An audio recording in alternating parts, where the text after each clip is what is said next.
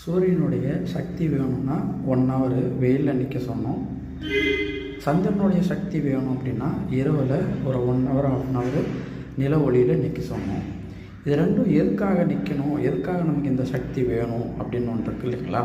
இப்போ சூரியனுடைய சக்தி நமக்கு உடம்புக்கு வந்துச்சு அப்படின்னா ஸ்கின்னு அதனால் வரக்கூடிய அலர்ஜிகள்லாம் வராதுங்க. இது வந்து ஒன்று.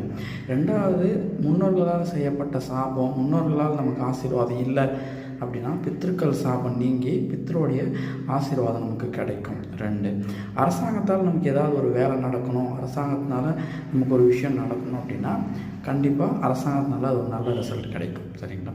இப்போ சந்திரனுடைய சக்தி கிடைச்சா என்ன நடக்கும்னா நம்ம மனசை வந்து கண்ட்ரோல் பண்ணலாங்க. நல்ல மெமரி பவர் நிற்கும்.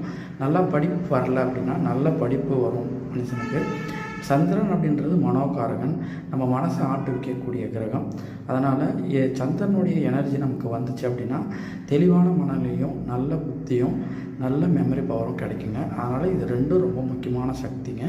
முடிஞ்ச வரையும் 1 மணி நேரம் வெயில்லையும் சந்திரனுடைய நில ஒளியிலையும் நின்று அதனுடைய சக்தி வாங்கி வாழ்க்கை பல்லாண்டு எல்லாம் உங்களுக்கு கிடைக்கணும் அப்படின்ட்டு நான் இறைவனை வேண்டுகிறேன். நன்றி, வணக்கம்.